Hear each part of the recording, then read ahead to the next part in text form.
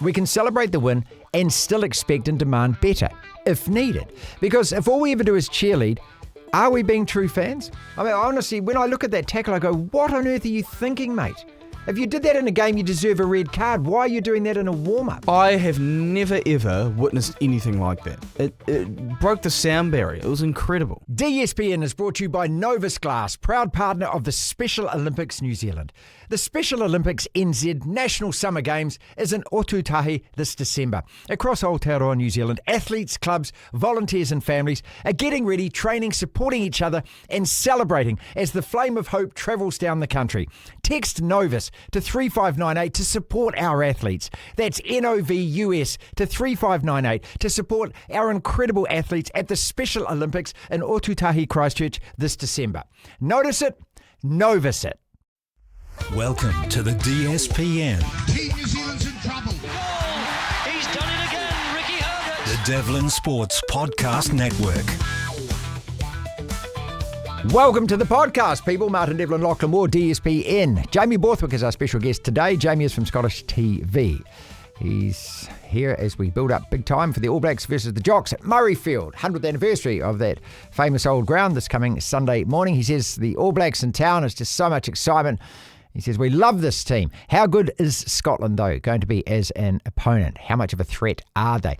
Word from the streets, as he just said, it's a great time to be in that city at the moment, Edinburgh. So Jamie joining us, a tight five as well, where we tackle 5 separate sporting topics of the day, including talking about Eliesa Katoa and just how does that all end? Hopefully with him back on the field and back to full health, but surely there's got to be a lot of questions answered and some admission that things just didn't play out as they should have played out.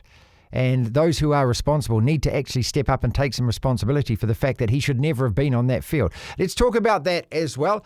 As David Beckham getting a knighthood, there's going to be another battle of the sexes tennis match. The Windies are in town for an elongated cricket tour. We've got a lot to cover. Subscription model starts this coming weekend. What is that? Well, I always ask you to subscribe on the DSPN YouTube channel, and thank you so much if you are hitting that subscribe button for us. We're well over 17,000 subscribers now and want to get to 20,000 by Christmas. We need your help on that, so if you can, click that for us. Next to it is a join button. Now, if you join, it's a minimal cost of about $2 a week, about $8 a month, and you get a whole lot of content that only you will get to see, because you pay for it. So it's kind of like an exclusive little look into what we do here, a whole lot of opinions that we're going to have during the week, just some general chat and feedback and anything that you want to ask us. First episode is out on Friday. So if you hit that join and follow your nose, we would very much appreciate that. As far as Spotify goes, if you are listening and you want to do it that way, there's an exclusive benefits banner. If you click that banner, again, you just follow your nose and you'll get to there. Do we want the All Blacks to win? Is it all about winning? Or is it more important to play well? And can those two concepts coexist? I believe that they can. Sermon time. Marty Sermons, brought to you by WebWonks. Generate online leads with WebWonks. Doctors for your Google data. We live in an amazing, amazing world, and it's wasted on the crappiest generation of just spoiled idiots. Do we want the All Blacks to win? Yes, of course we do. Hell yes, every single game that we play. But is it also important how we win, i.e. how we play? I think so. I've always thought so. That's always been part of being an All Black for me. Performance, not just results. Now, when it comes to World Cups, we all know the only thing that matters is the score at the end of the game. That's it. You win ugly, you survive, you advance. Same thing applies next year when we go to South Africa. Same for this year's Grand Slam tour. In those moments, it's about results, and only about results. Full stop. So does that mean winning is more important than playing well? Overall, yes, it does. But, and it's a big but, that doesn't mean we ignore how we're playing. That's the conflict, isn't it? You see, because I celebrate every win, but I also believe in being honest and realistic about how we're going. I've copped a bit this week, people saying, hey mate, last week all you wanted was a win and now you're criticising the team for not playing well. I don't think that's hypocrisy. I think both things can be true at once. We can celebrate the win and still expect and demand better, if needed. Because if all we ever do is cheerlead, are we being true fans? There are plenty of up the boys, let's go, rah, rah shows and social media posts out there. If that's all you want, that's fine. But that's not what I want, and it's not what I believe supporting the All Blacks has ever been about. As fans and as people who've lived and breathed this team for decades, we have a right, perhaps even a responsibility, to hold them to account. They tell us all the time, we're just custodians of the jersey. Our job is to leave it in a better place than we found it. All right, then, let's see it. Because the truth is, we haven't been the world's best team since 2019. We've lost more than 20 tests in that time. And after nearly 2 seasons under Razor, can we really point to 2 or 3 games and say, that was great, that was classic All Black rugby? 2 or 3 out of 24? I'm not sure we can. And that's not being negative, that's being honest. That's called caring. It's wanting more. Because the legacy of this team wasn't built on marketing campaigns or NZR press releases. It was built on winning, on excellence, on setting the highest possible standards and meeting them. That's what the All Blacks have stood and been about for over a century. Not second best, not close enough, being the best. And that expectation, that demand doesn't come from arrogance. It comes, I believe, from love. It comes from respect. It comes from understanding what that black jersey means to this country and to the 1,000+ men who've worn it before. So yes, I'll celebrate every win. I'll cheer every try. But I'll also demand better, because that's what being an All Black means. And that's what being an All Blacks fan means too for me. We can be proud and demanding, grateful and ambitious. We can want to win and also want our team to be great. Those 2 things can live side by side. They always have. The Tide 5. 5 separate sporting topics, Lachlan, roughly a couple of minutes on each. Yes! And when that guy yells, well, on to the next topic we go. Eliesa Katoa. West Indies are here playing cricket. All Blacks changes. There's a battle of the sexes going on between Kyrgios and Sabalenka at the end of the year. Are you interested? Sir David Beckham, no. 72 holes for Live Golf. Let's kick it off with Jordi Barrett coming home. High ankle sprain or injury means his season is over. It's a knee one as well, I think. Yeah, he's got 2 injuries. Yeah, the knee and the ankle did the same thing, didn't they? So what does that mean for the All Blacks midfield? Are we going to get Tupai and Whanganukam? I think so. Yeah. Well, that's what I would do. I'm not a coach. I don't know much about rugby by comparison, but I'd like to see that as a combination. I think it's a nice balance there. I think there's more game breaking than, say, supplying balance, if that makes sense. But I think there's enough there. Yeah, I think. What about Anton Leinert-Brown, who offers so much experience? I mean, I could see him playing 12, but is there a place back for Billy Proctor? I don't know. I really don't know. If Quinn's at 12, maybe. Tupai, is he a big enough body to have Proctor outside of him? Because you want one of them to be a larger specimen, don't you? Oh, yeah. I don't know. And Whanganukau's not playing 12. He's not a 12. And then I guess Proctor's not really a 12. I'm not too sure. I would think they're going to go to Pyro and Whanganukau. I think the fact that Leicester's been on the bench or has started the last couple of tests, he probably deserves a spot in there. Yeah, and he's been one of our better too, players. didn't they? Yeah, They finished he's been one well. of our better players. So, yeah. That team comes I'd out lean on towards Friday. that combination. All right. Unfortunate for Jordi Barrett. Yes! Eliesa Katoa. Well, this story, everything about it is just hideous, isn't it? And, you know, the more you watch that footage of their initial contact when they were warming up. That's heavy contact. Well, a couple of things about that. The guy that just smashes him with the shoulder. Yeah. Since where? I mean, that's illegal contact in the game. What the hell was that? Why are you doing that in Why are you doing that in a warm-up? Yeah. I mean, honestly, when I look at that tackle, I go, what on earth are you thinking, mate? If you did that in a game, you deserve a red card. Why are you doing that in a warm-up? And then his head smashes back and you can see all this. It looks really dramatic, the sweat going off. And there's a doctor or some medical staff member of sorts who's attending to him straight after. So they were obviously aware of something that happened, right? Well, there's a lot of butt covering going on now about, you know, we didn't know and I didn't know and the doctors knew and they were in charge and everything else. That guy being out on the field after that should never have happened. Yeah, well, because he passed the first HIA in the 10th minute, supposedly.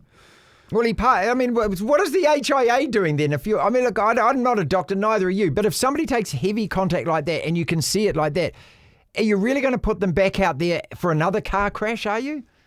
Where's the common sense attached to this? Is the HIA process the same in International League as it is in the NRL? I'd imagine so. I'd be surprised if it's not. So that's confusing as to how he kept them playing, because he played for another 41 minutes. He came off in the 51st minute, I think, the second time round. But also, if medical staff have attended to you pre-game, and obviously teammates have seen it, you yourself know what's gone on, but nothing's been done, they're just kind of turning around and turning a blind eye to it. Well, in defence of all That's of those, concerning as hell. well, every official that's involved here who is trying to, get themselves out of this situation as fast as they can. It's not my fault. All I'm hearing is it's not my fault. I'm hearing a lot of it's not my fault, right? Yeah, but also there's no comms that's gone back to the head coach because he said post game that he didn't know anything about. Initially he said he didn't know anything about anything happening pre-game. Well, this is a complete breakdown of every process that is meant to be protecting the player. No communication going on whatsoever, and this Christian Wolf's the NRL head coach, by the way, or everyone's just kind of conveniently gone, no. It's not. Yeah, no. Somebody else is to blame except me. Yeah. I hope that the NRL. Hope it's not that. But the NRL do an absolutely extensive investigation. Do they have any jurisdiction? Well, it's international rugby league. Yeah, let's see. That's the it's other very muddy confusing thing, lines, isn't it? but also the competition it's being heavily promoted by the NRL. So maybe the NRL are. I don't even know. And International Rugby League is terribly set up. Eliesa Katoa, but yeah, man, it just you got to just hope this guy comes back to full health. I don't even know if he plays again. Who knows if he plays again?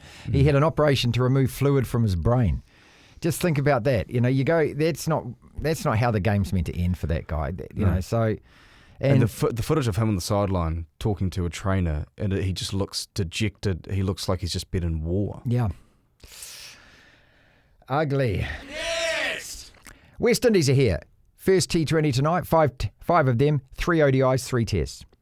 Oh, this is actually a really good tour, I think. And this is what... It's a proper tour. Yeah, I've been looking forward to that. But I just don't know how competitive they're going to be, which could be really disappointing. We don't know yet. We'll give them the benefit of the doubt. But this is what you want. The previous 3 T20s and 3... They were meaningless contests, weren't they, really, against England and Australia? Well, England didn't take... I guess Australia's probably the same. England didn't take it seriously. It didn't feel like. But, at least we get now to see a team and they play all 3 formats and this is good. And so hopefully we get a really good series in each of these series and I look forward to the test matches. Yeah, the only home test series we have all summer. Yep. Yeah, it goes all the way through till Christmas pretty much. Yeah, which is great. This is our cricket summer, people, so enjoy it. Because there is none in January and February, remember? They will be competitive because obviously the West Indies are always very good at T20s. And in the test format, I think I've only really caught some matches they've had against Australia over the last year or so. And they've been competitive, the West Indies, so I don't think they'll roll over. Should be good. David Beckham is now Sir David Beckham. I thought this already happened. Same. I was surprised when I saw this news. Because I thought it was already Sir. Yeah. Have you ever... No, you wouldn't have met him. Of course not. I'm not you. I met him once. Yeah, okay. Really nice guy. Brag it up. Super nice guy. No, he came here at a promotional thing. And, yeah, exactly. And what, your best mates now, are you? I wish. Were you in the lineup at a Sposh Pies? Sposh Pies. Sposh Pies. Posh Spice. He's a really cool guy. Very, very humble and very friendly, and that's just the time that I met him. He played for United, though, sort of. Very real. I don't care. You don't care? He played for United. I'm sure he's a nice guy, but my praise will only go so far. All right, okay. Well, what about your man Kyrgios, who's about to play Sabalenka in a battle of the sexes match? I remember when he made the Wimbledon final in 2022, 2023. You were on the K train. Yeah, I was. The Kyrgios train. I jumped on. Big Dick Nick. Yep. Big Nick Dick. I don't care. I do not care at all. This happened, in the 70s? It happened in the 70s. First time? Yeah, Bobby Riggs. It should have stopped after that. We don't need any more. We don't need these. If they're fun little charity events, that's great, but they don't need to be treated as big, massive sporting occasions. It's nice. Like, is there any benefit outside of it just for the fans? It's not a charity event. No, it's happening in Saudi Arabia, and it's been organised by the agency that has both of them on their books. It's just a money-making social media what's the exercise. Point? I don't know. They're even saying that there could be court restrictions and serving restrictions. No, just stop it. Stop it, because... Oh, that's what I just wanted to know whether you cared, because I have no interest in this at all. Why am I talking about it? I have zero interest. And it also causes a bit of a man versus woman debate as just well. The whole thing is just... Stop it. It's pointless. It's unnecessary. Okay, all right. Yes! Live Golf, 72 holes. So Live Golf was started to be kind of this anti-regular golf, anti-PGA Tour sort of thing, and then now they're actually changing rules to suit regular golf. Well, the problem that they have is that their players, when they turn up for the majors, aren't used to playing 72 holes. I think one or two have won majors. Are they also going to change the rules that you can't wear shorts, because when you're playing at a golf major, you wear pants? Oh, the other thing is rankings points, of course. Are they going to turn off the music as well, because it's too distracting, and when you get to a golf major, you can't have music on? It feels to me that this is all going to be merging at some stage soon, doesn't it? But they are, aren't they? Isn't that the whole point? They announced an agreement 2 or 3 years ago. Yeah. What's happening with that? Yeah. Nothing. I don't know. Live Golf. I was kind of behind it when it first started. It was free on YouTube, and I kind of didn't mind it, and now I just don't care. I care about the golf majors, and actually, to be fair, Yeah, I do. care about Love the the golf Masters, majors. and then I like the Ryder Cup too. I like the Open, Yep. but the other two, there's only really 2 golf events I care about. All right, 2 to go. Kiwis versus Samoa this weekend. You'll be watching. You were at Eden Park. I was MMT. And you've been raving about that Eden Park experience ever since. I have never ever witnessed anything like that. It broke the sound barrier. It was incredible. There was a moment in 2 or 3 minutes into the game where Tongan made a tackle, pushed a Kiwis player out, and they were about to score and they got pushed out. And the crowd screamed like they'd won the World Cup. Fantastic, those fans, aren't they? But they're just so happy. Yeah. Even when the and Kiwis an hour score, after the game, they're still there. Yeah, the Kiwis Celebrate. score, they're happy. Yep. You know, both hakas are happening. They're cheering for both, and they're just they're tooting their horns. They're out on the street. They're dancing around. Lesson for New Zealand sports fans who sit there and complain that the All Blacks, like us, didn't win by enough or didn't look good enough. Be like Tongan fans. Yeah, they're just you're right. happy to be Yeah, there. right. Yeah, I think so. They're coming together. They're singing hymns. They've probably had a really nice meal beforehand with their families. Honestly, it was so much fun. And we were at the World Cup final in 2023. We were at both quarterfinals in Paris, which were All Blacks Ireland and Springboks France. I was at the 2015 NRL Grand Final. Those don't come close in terms of the noise and just the buzz.